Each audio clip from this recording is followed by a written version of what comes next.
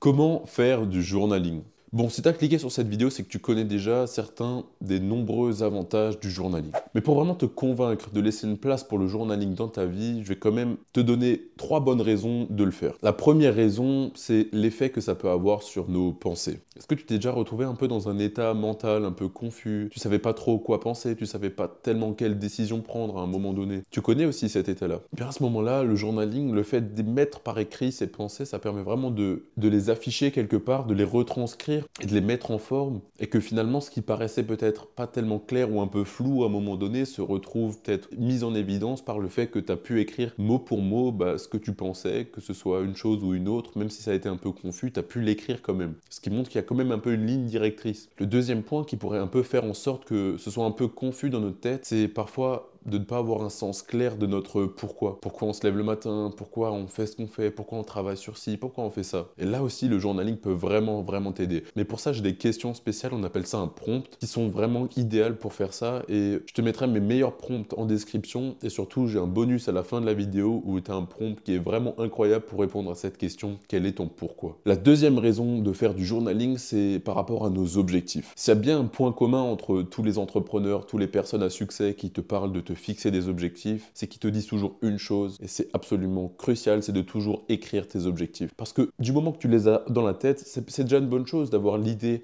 d'avoir quelque chose, d'avoir un plan peut-être, mais qui est dans ta tête, il n'est pas vraiment matériel. Ça restera toujours quelque chose d'assez abstrait. Ça permet en effet de mettre un peu tous tes sens en action, ça permet de visualiser ton objectif, le fait de l'écrire, ça permet d'y réfléchir et de le rendre bien plus concret. Il y a notamment l'entrepreneur Mark Tilbury qui parle souvent de l'importance d'écrire ses objectifs. La troisième bonne raison de faire du journaling, c'est l'effet sur notre bien-être. Parce que quand on parle de bien-être, on parle souvent de sérénité ou d'apaisement. Or souvent, ce qui vient perturber ça, ça peut être des émotions négatives comme de l'énervement, de la jalousie, de l'incompréhension, bref. Donc le conseil qui est souvent donné pour un peu plus de bien-être dans notre vie, c'est de laisser passer ces émotions négatives à travers nous pour finalement rester bien plus calme et apaisé. Or c'est souvent très compliqué de faire ça dans la vie réelle parce que souvent plus on pense à cette émotion négative, et bien plus elle nous impacte et plus on ressent les effets. Mais c'est là qu'entre en jeu le journaling, le fait d'écrire cette émotion et en fait de la décrire, de décrire tout ce qu'on ressent, toutes les émotions, où est la tension de notre corps, et bien dans la majorité des cas, ça suffit à faire passer à travers nous le journaling. Alors bien sûr, ça peut suffire une fois quand cette émotion n'est pas si forte que ça. Parfois, quand elle est trop forte, faire du journaling ne suffira pas. Mais quelqu'un qui pratiquerait le journaling régulièrement ferait travailler son cerveau de sorte à ce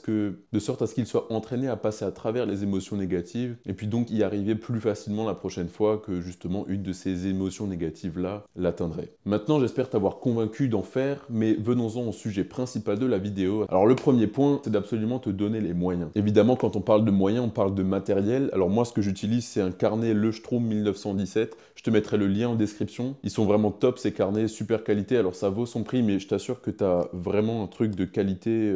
C'est vraiment très clean, quoi. C'est vraiment juste... je pense que c'est les carnets les plus utilisés pour le journaling, donc n'hésite pas à en acheter un. Je pense que c'est bien plus plaisant si tu as un beau carnet dans lequel écrire. Et évidemment, avec ça, un stylo qui te plaît. Bon, celui-là, c'est un bic un petit peu spécial, mais si tu te fais ton propre carnet spécial pour ça, pas forcément un carnet dans lequel tu as écrit d'autres prises de notes ou d'autres trucs, un carnet comme celui-là qui est vraiment fait spécialement pour toi, où tu notes le début de ton année, et puis voilà, ce sera à chaque page une nouvelle journée de journaling, et puis un stylo qui te plaît, que tu utilises seulement pour ça. Comme ça te permettra de prendre peut-être un peu plus de plaisir et que ce soit un peu plus amusant à faire. Ensuite, dans comment le faire, évidemment, on parle du support. Alors, le premier support, je t'en ai parlé, c'est le carnet, le stylo. Mais après, il y a aussi le côté pratique qui rentre en ligne de compte. Et pour le côté pratique, je peux te conseiller d'utiliser des applications sur ton téléphone. Je te mettrai le lien en description, mais les deux applications que moi j'ai déjà utilisées pour faire du journaling, c'est Stoic et Day One. L'avantage d'une application, c'est qu'elle te donne déjà des prompts, comme j'ai dit, donc des questions à te poser, des bonnes questions. Ces deux applications là sont vraiment bien faites pour ça. L'autre avantage évidemment, c'est que tu peux faire du journaling un peu partout en fait, tu es bien plus flexible. Souvent le carnet, alors tu peux évidemment l'emporter chez toi ou ailleurs, mais le fait d'utiliser un support dématérialisé, évidemment ça te permet d'être bien plus flexible,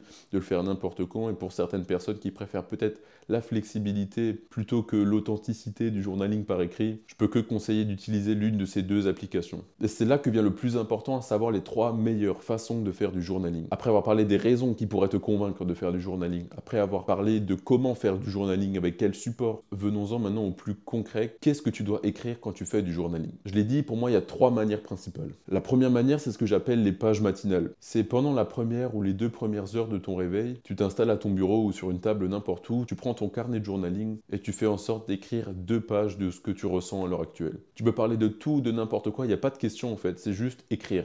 Écrire 2 pages, tous les jours, chaque matin. Ça permet de détailler ce que tu vas faire pendant la journée, ce que tu as prévu, comment tu te sens physiquement, mentalement. Et ça va juste en fait entraîner ton cerveau à écrire et tu vas profiter de tous les bienfaits de juste simplement écrire manuscritement chaque jour 2 pages. Ça c'est pour les personnes qui n'ont pas trop envie de réfléchir, juste faire du journaling, écrire. Je l'ai fait et je t'assure qu'on se sent vraiment beaucoup mieux après avoir écrit ces 2 pages. La deuxième manière de faire du journaling, c'est d'utiliser le support dont j'ai parlé un peu plus tôt, à savoir les applications. C'est une forme de journaling bien plus courte, mais qui te permet vraiment d'aller à l'essentiel.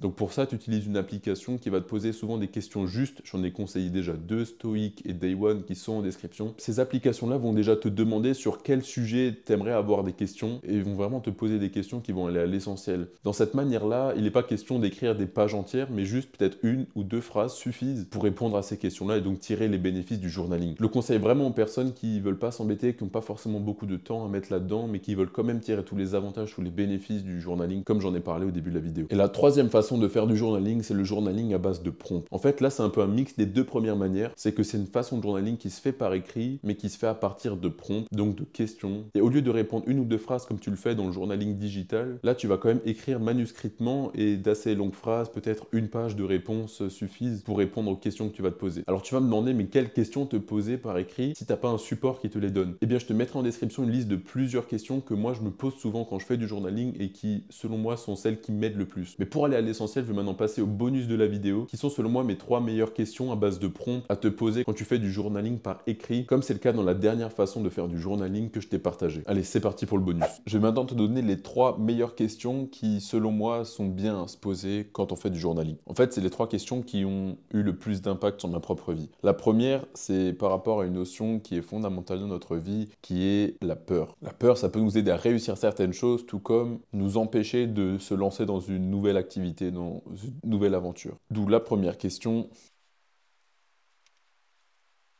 Qu'est-ce que je tenterais de faire si je savais que je ne pourrais échouer? Cette question aura 2 réponses possibles. La première, c'est réfléchir par rapport à tes objectifs.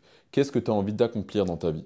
Et la question sous-jacente aux objectifs, c'est de savoir et d'analyser quelles sont en fait tes peurs. Quelle est l'origine de tes peurs? Est-ce que c'est la peur du regard des autres, la peur d'échouer? Quelles sont en fait ces peurs? Et le fait de mettre des mots là-dessus permet en fait d'avoir une vision plus claire de tes objectifs. On en vient à la deuxième question qui est pour le coup une analyse de ta propre vie actuelle. Si la façon dont j'ai vécu cette semaine reflèterait la façon dont je vivrais toutes les semaines jusqu'à ma mort, serais-je satisfait de ma vie? Là, ça t'amène à réfléchir sur ta situation actuelle. De faire comme un diagnostic, d'analyser ce qui va pas, quelles sont les bonnes choses que tu fais, les mauvaises habitudes à changer. Et c'est vraiment important d'analyser d'où tu viens pour savoir qu'est-ce que tu peux améliorer et ensuite réussir dans le futur. On a avant parlé de la peur avant de se lancer. Puis on a fait un diagnostic de notre vie actuelle. Maintenant, on va se tourner vers le futur. Et la question va peut-être te paraître bizarre, mais c'est quel est mon mardi idéal dans 10 ans? Alors tu vas tout de suite me demander pourquoi le mardi? Le mardi parce que c'est pour la plupart des gens la journée la plus banale possible. Si je te demandais quel est ton samedi idéal, ça reflèterait pas forcément dans l'idéal quelle serait ta meilleure journée banale possible. Là, ça t'amène purement et simplement à réfléchir envers ton futur. Ça veut dire quel sera ton travail à ce moment-là, quelles seront tes habitudes, bref, et en gros, tout ce qui constituera ta journée classique dans le futur. Que ce soit tes moments de plaisir, ton côté relationnel, que ce soit au niveau professionnel, qu'est-ce que tu as envie d'accomplir. Et aussi tout ce qui est rapport à tes habitudes, quelles seraient tes habitudes et tes bonnes habitudes que tu aurais envie d'adopter dans 10 ans.